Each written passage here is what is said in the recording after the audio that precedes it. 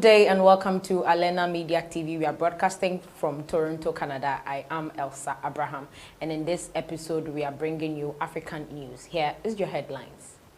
Ethiopia's electoral board revokes TPLF's legitimacy.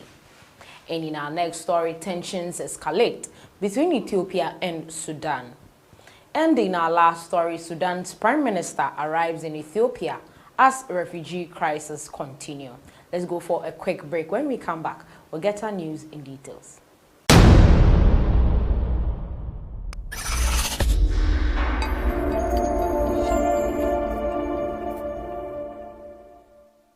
Welcome back from that break. Now, the National Electoral Board of Ethiopia, the NEBE, announced that it has revoked the legal status of the Tigray People's Liberation Front, the TPLF, as a political party. The official said the decision was made after the board's evaluation process that confirmed that TPLF has engaged in armed rebellion and hence can't any longer meet the criteria to own a legal status. The board said it has confirmed the party's involvement in the violence, citing statements made by the party and publicly available facts to determine whether the TPLF was involved in the violence. Furthermore, the Electoral Board alleged that it has tried to contact a former representative of the TPLF's Addis Ababa office, who had been working as a liaison between the party and the board to give him a chance to respond, but the alleged representative said he could not represent the party. However, the board did not specify about the individuals who were reportedly approached to see if they can represent the party. Accordingly, the board has decided that the party officials will not any longer be able to present or act on behalf of the party. The board has further requested the Attorney General to disclose the details of the investigation into the assets registered under the name of the TPLF. In accordance with Article 99(2) of Proclamation 1162 of 2011, the property of the party shall be declared and the debt should be used to cover the debt. However, the board has decided that the remaining finances and assets should be used for civic and voters' education in accordance with Article 99, Section 3 of this proclamation. In addition to the National Electoral Board's decision against the TPLF, it ordered 3 other political parties operating in Tigray to provide explanation on allegations that they were involved in illegal elections and acts of violence. Last year's national and regional elections were postponed due to COVID-19 pandemic, and the TPLF won a landslide victory in the regional elections conducted in defiance of federal government. However, the elections, which were not recognized by the federal government and electoral board, served as a major dispute leading to civil war on Ethiopia's northern Tigray region. After the elections, relations with the federal government deteriorated further. The TPLF was ousted from the region following the federal government's military operation in late October, following an attack on the northern command in the Tigray region. The TPLF leaders are being held accountable by federal police and the Attorney General for inciting violence and inciting violence against federal forces in the region. Several top TPLF's militaries and political leaders and executive committee members of the party, including Deputy President of the Tigray Regional State, were captured or killed during the law enforcement operation ordered by Prime Minister Abiy Ahmed. However, the fates of TPLF's leader, Gebremichael, and other top TPLF officials remain unknown as fighting reportedly continues in several parts of the Tigray region. Moving on to our next story for today, tensions escalate between Ethiopia and Sudan. The already uneasy relationship between the two countries is showing signs of simmering over into protracted conflict. But how did it reach this point? Tensions between Ethiopia and Sudan continued to escalate on Tuesday, less than a week after Sudan accused an Ethiopian military aircraft of crossing into Sudan. The Sudanese army reportedly advised to the west of Ethiopia's Gondar region near the border, while residents and government officials claimed some members of the military looted cattle and burned farmlands belonging to Ethiopian farmers.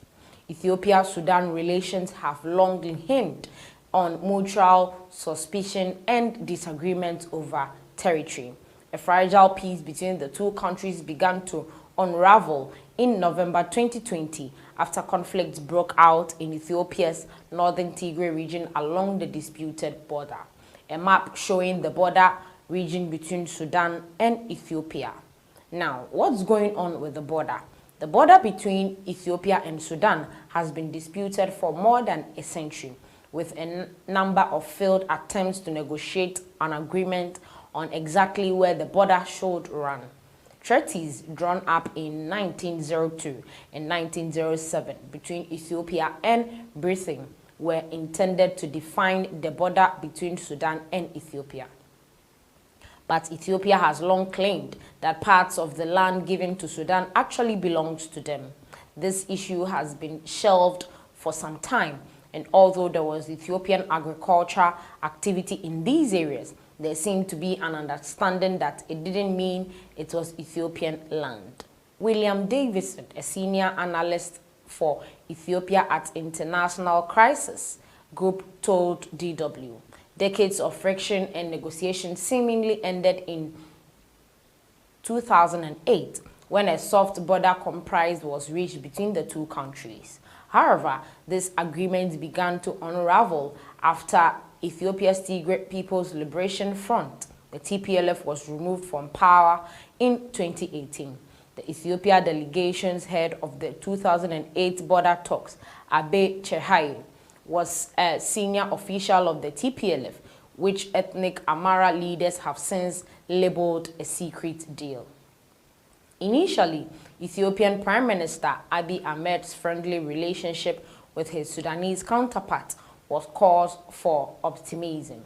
After Abiy Ahmed took power, Abdallah Hamdok became the Prime Minister of Sudan.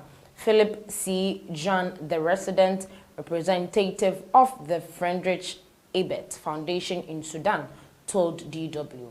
He has spent a long part of his career in Ethiopia, so he knows a lot of people in the TPLF, but he is also very close to Abiy Ahmed.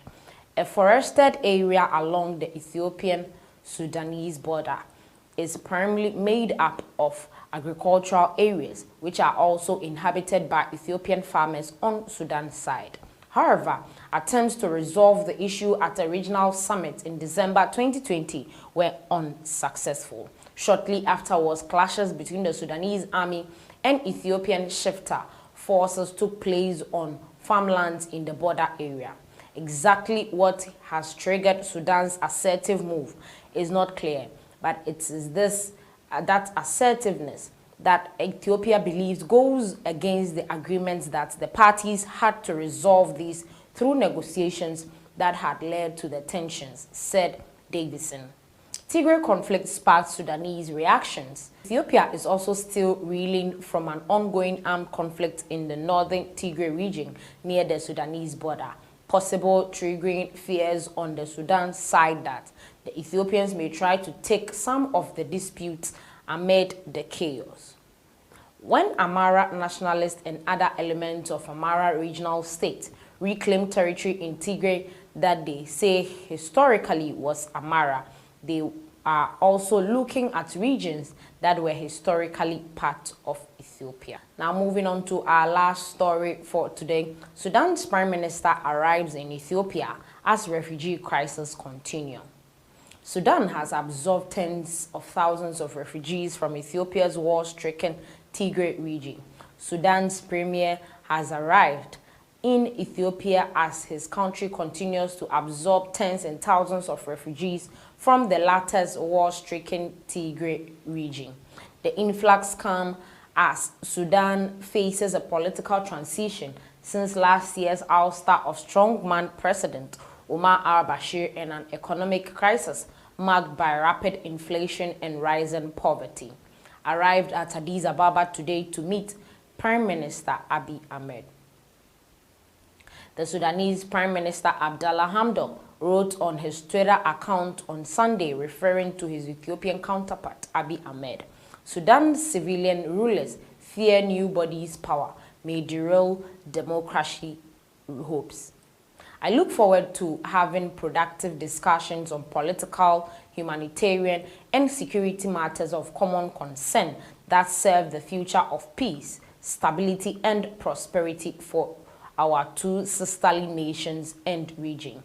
Abiy in turn tweeted pictures of him meeting Hamdok at the airport. The Sudanese Prime Minister, who was to stay in Ethiopia for 2 days, was accompanied by a large military and security delegation.